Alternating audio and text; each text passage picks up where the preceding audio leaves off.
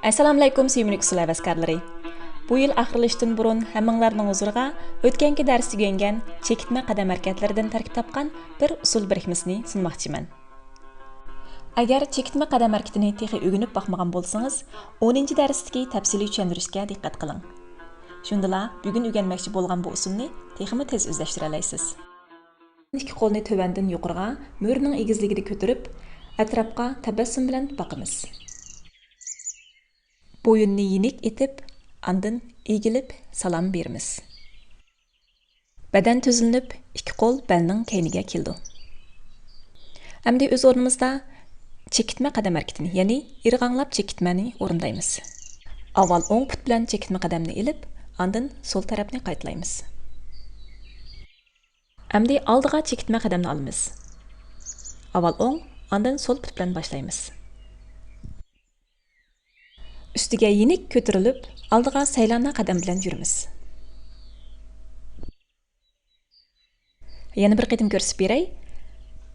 Saylana qadam, ya'ni 5 uşaq qadamni ilib bir to'xtaymiz. Üstiga yenik ko'tarilib, 1, 2, 3, 4, 5 qadam bilan qanot qo'l pozitsiyasida to'xtaymiz. Endi mush pozitsiyadan yonga chekitma olamiz.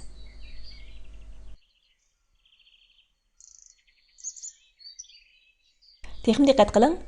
Biz o'rgangan qochirma qadam harakatini bir elib, ondan atrofimizni cho'rdigan holda bir aylanib to'xtaymiz. Bu harakatni yana bir qaytalab beray.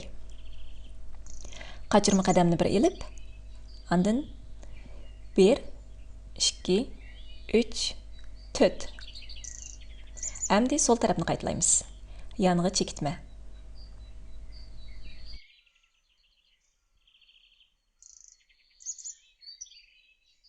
Sol tarafga mo qochirma qadam harakatini ilib, bir aylanib to'xtaymiz. Harakatlarning qoidasi o'ng taraf bilan o'xshash. Endi keyniga 2 taq qadamni olamiz.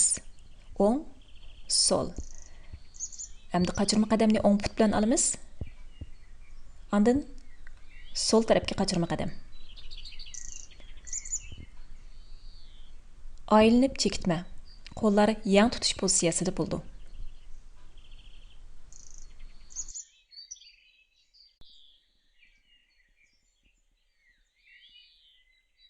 Bu hareketni yana bir qaytalaylik.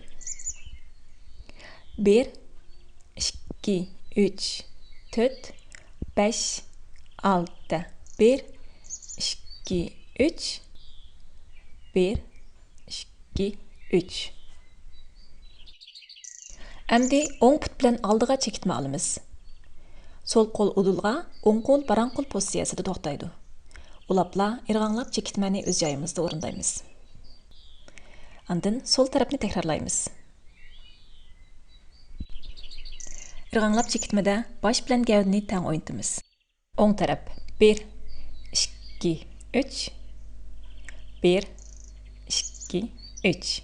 Sol taraf 1, 2, 3.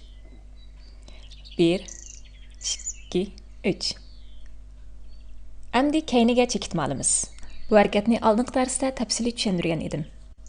Qo'sh qo'llab piyola sunib, keyniga chekitma olamiz. Yana bir takrorlaylik.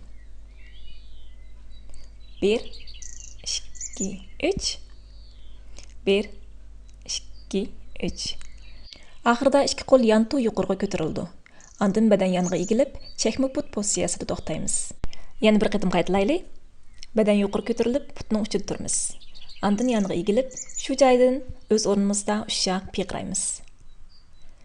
Eng oxirida bir qo'limizni ichib, hurmat salimi bilan tugatamiz. Bugun o'rganmoqchi bo'lgan usulning harakatlarini o'rganib bo'ldik. Qinamiz birlikda muzikaga tushirib boqaylik.